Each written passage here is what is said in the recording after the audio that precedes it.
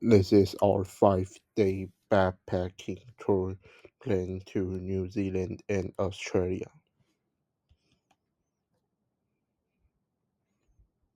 I will cover historical highlights, transportation options, major local festivals and events. Our cities is in order are Auckland, Rotorua, Christchurch, Sydney, and Melbourne.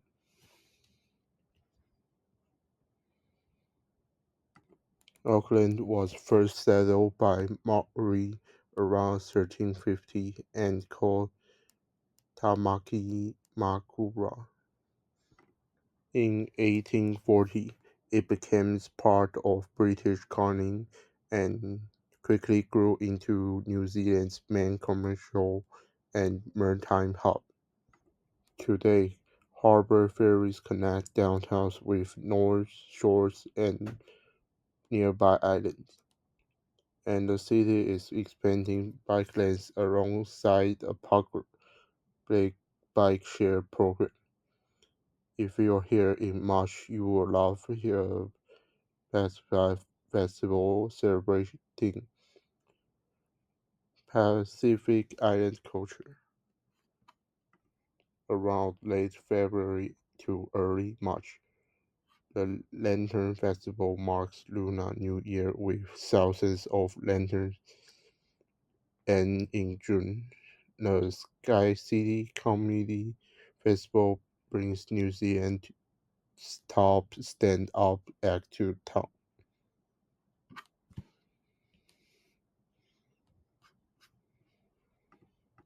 Rotorua has been home to Maori for centuries, drawn by its geothermal springs.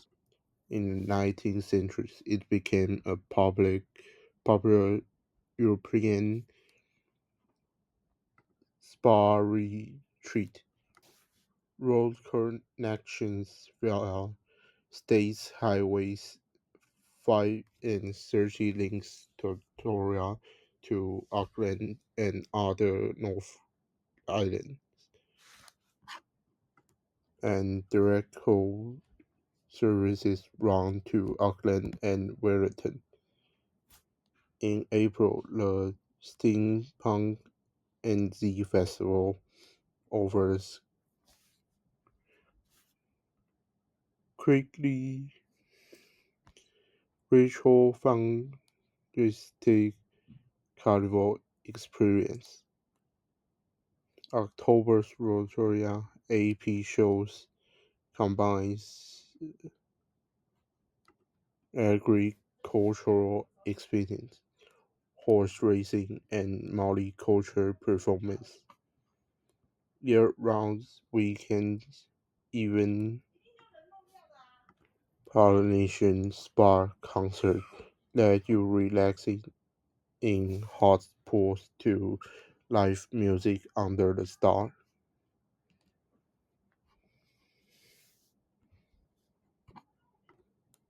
Founded in 1850s by England, Auckland letters as a godless city.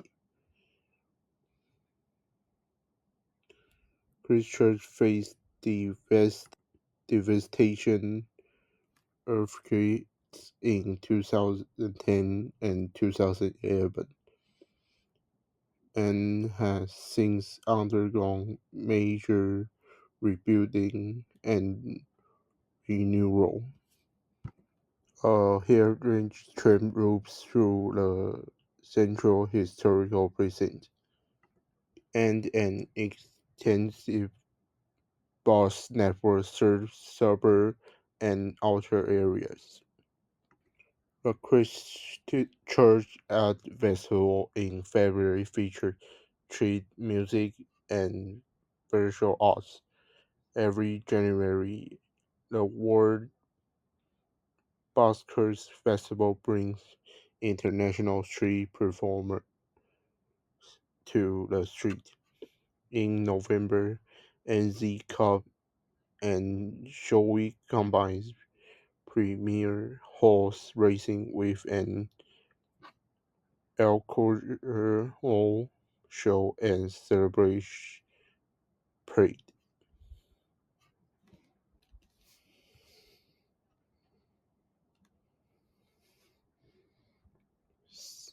Sandy was explicit in 1788 as Britain's first penal colony in Australia, then boomed thanks to gold rush and maritime trade. Today you can travel on the City Circle Rail line on suburban and intercity trains or by Icon Harbour ferries in May and June. Vivid scenes transform the city with large-scale light installation, music, and public talks. January's Sandy Festival offers citywide theater, dance, and art installations. Between February and March, the Sandy Mardi Gras Parade celebrates LGBTQ plus pride with vibrant floats and performances.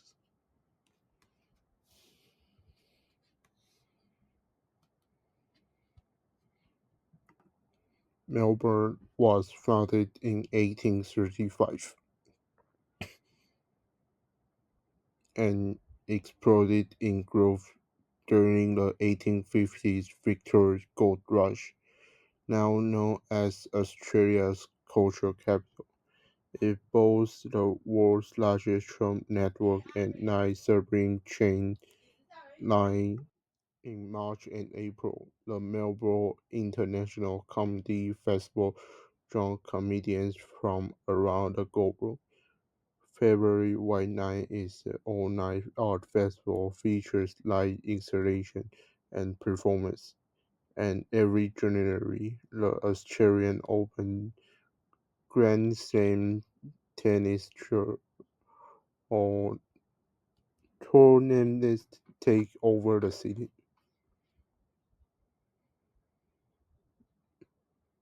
Hi, I'm Wang Chenghan from Tongzhija, and I will introduce about famous restaurants and local foods and drinks.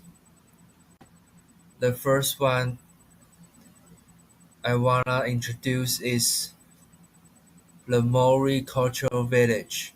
The second is Area Restaurant Sydney, and last but not least is Kamala's.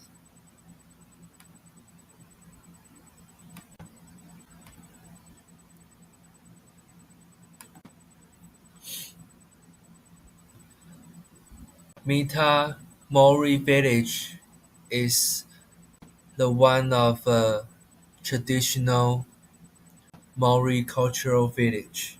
So their famous dishes is the authentic Maori meals, hangi.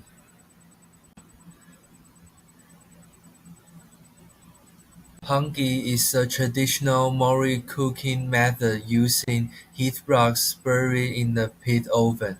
It typically includes meats like chicken, pork, and lamb, along with root vegetables such as the second one, kumara, a kind of sweet potato, and carrots. And the last one, Rowena bread is also in this hangi meal set. It's a traditional Maori potato bread, often served alongside the hangi. The second restaurant is Area Restaurant Sydney, and their famous is their seafood.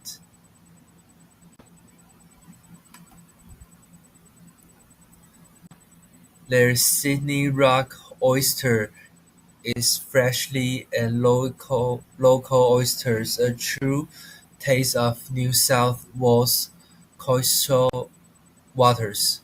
So you will taste a unique and different taste.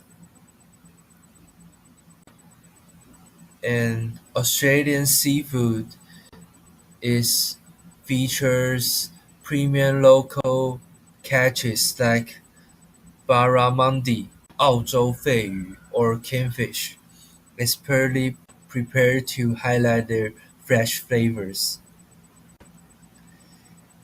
And they will recommend you to drink some their Australian wine selection. Their extensive list showcasing top Australian wine regions such as the Hunter Valley or Margaret River. And by the way, this restaurant is nearby Sydney Opera House, so the view is fabulous too. And last but not least is Kamala's. Slow roast lamb shoulder is a signature and highly accomplished dish showcasing tender flavor for Australian lamb, perfect perfect for sharing with your friends or families. And they also will recommend you to drink some Victorian wines. It's a excellent selection of wines from nearby Victorian region, regions like the Yarra Valley, known for its Pinot Noir and Chardonnay. Hi everyone, my name is Li Chenzhe, and welcome to my travel video. Today I'm excited to share with you the first 3 days of my 5-day trip across New Zealand and Australia. From stunning landscape to rich cultural experiences, there's so much to discover. Let's get started. Day 1. We begin our adventure in Auckland, New Zealand's largest and most vibrant city. Our first stop is the Auckland Sky Tower, where you can enjoy a stunning 360-degree view of the city and the Pacific Ocean. It's the perfect place to get a feel for the city's energy and beauty. Next, we head to the Auckland War Memorial Museum. It's not only a place to learn about New Zealand's history, but also a great introduction to Maori culture. With powerful exhibits and artifacts, this museum gives you a meaningful understanding of the country's heritage. Day 2. On the second day, we travel to Rotorua, a city famous for its geothermal landscapes and deep-rooted Maori traditions. First, we explore Waitapu, also known as the Thermal Wonderland. You'll see bubbling mud pools, colorful hot springs, and other geothermal wonders. It's like stepping into another world. In the afternoon, we visit a Maori cultural village where we experience traditional performances, music, and storytelling. And of course, we end the visit with a delicious traditional meal cooked the Maori way. It's a great way to connect with the culture through both sight and taste. On day 3, we head to the South Island and arrive in Christchurch, a city known for its charm and English-style gardens. We spend time in the Christchurch Botanic Gardens, which are full of beautiful flowers, trees, and peaceful walking paths. It's relaxing change of pace and a perfect way to enjoy New Zealand's natural beauty in a calm and quiet setting.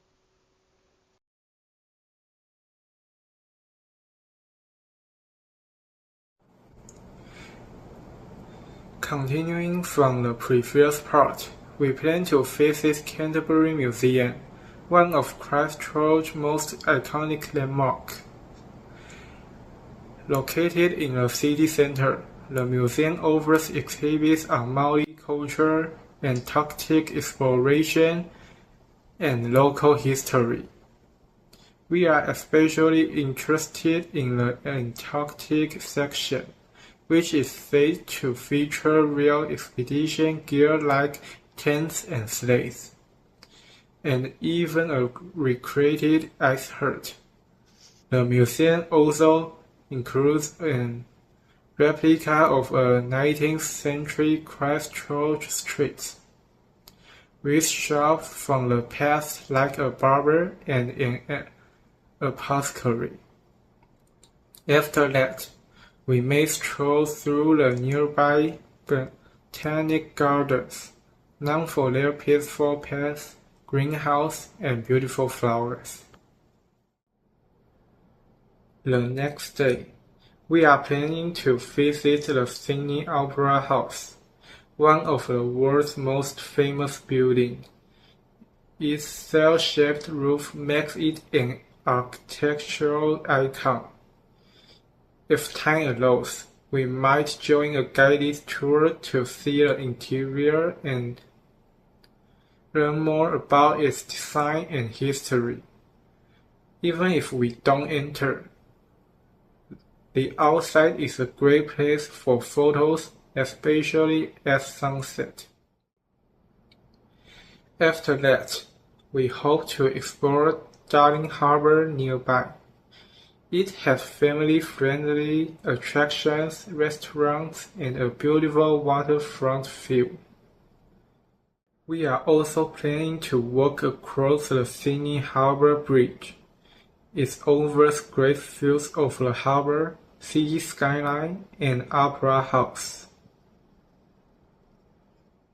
For more adventurous options, we may try the bridge climb, where guides take you to the top with safety gear. At the other end of the bridge, we hope to visit Luna Park, a retro-style amusement park known for its giant smiling face entrance. It's said to be charming by day and magical at night when lit up. The last day, we plan to spend some time at Fitzroy Gardens, one of Melbourne's most beautiful parks. It's perfect for a morning walk with its tall trees and symmetrical layout. We'd like to visit Cook's Cottage, a small house brought from England that shows what 18th century life looked like. Also in the park are charming features like the fairy tree and the floral clock. Afterward, we may head to the Melbourne Museum nearby. Next, the NGV is Australia's oldest public art gallery, and we are planning to visit its international branch on St Kilda Road. It holds works from Europe, Asia, and the Pacific. We are especially interested in the water wall at the entrance and the variety of artworks inside, from classical to modern. Admission is free, and the space is easy to explore. After that, we may stop by Federation Square and walk along the Yarra River to enjoy the city at sunset. This proposed journey blends cultural discovery, nature, and art across 5 cities. We hope this plan gives you a glimpse into what makes New Zealand and Australia worth visiting. So today I will introduce the travel budget for the 5-day and 4-night in New Zealand and Australia. The first one is shopping. I found famous local specialties such as winewood product, which cost at least between 164 Australian dollars and 410 Australian dollars. The second is transportation. According to the itinerary from the first day to the 5th day, if you take public transportation and get off for more than 3 kilometers, you will have to take a taxi instead. So the cost is about 164 and 258 Australian dollars. Next, we chose a medium and high-end hotel, so the price is much more expensive, between 1,458 and 2,430. Finally, for the food, we estimate that we will have two nights in the restaurant and eat street snack or other local specialty for the restaurant of the time. So the price is only between 198 and 1,174. The pie chart shows that our expenses are more than half of the hotel fee, and the shopping is only a little. So if you want to use our itinerary but you don't want to spend too much money, you can consider lowering the price of the hotel. This trip really opened my eyes to the cultural diversity of New Zealand and Australia. In Auckland and Rotorua, we visited Maori villages and museums where we learned about the history and traditions of the indigenous people. In Australia, walking through Sydney and Melbourne, especially Chinatown, local markets, and art areas, helped me see how different cultures can blend beautifully in modern cities. The natural scenery was one of the most amazing parts of this trip. In Rotorua, we saw hot stream rising from the ground and relaxed in a natural mud spa. In Australia, we drove along the Great Ocean Road and later took a helicopter ride to see the 12 apostles from above. That moment made me realize how powerful and beautiful nature truly is. Each city had its own special vibe. Auckland felt like the perfect balance between nature and city life. With a relaxed pace, Sydney was energetic and lively, both during the day and at night. Melbourne was full of surprises, like small cafes hidden in alleys and colorful street art everywhere. Every place had its own personality. This 5-day trip wasn't just about having fun. It taught us a lot, from playing our role to managing time. I realized I have improved in being more organized and flexible. Meeting different cultures also made me think more about the world and my place in it. I came back not just with photos, but with new ideas and a stronger sense of who I am. Thank you for listening. That's the end of my presentation.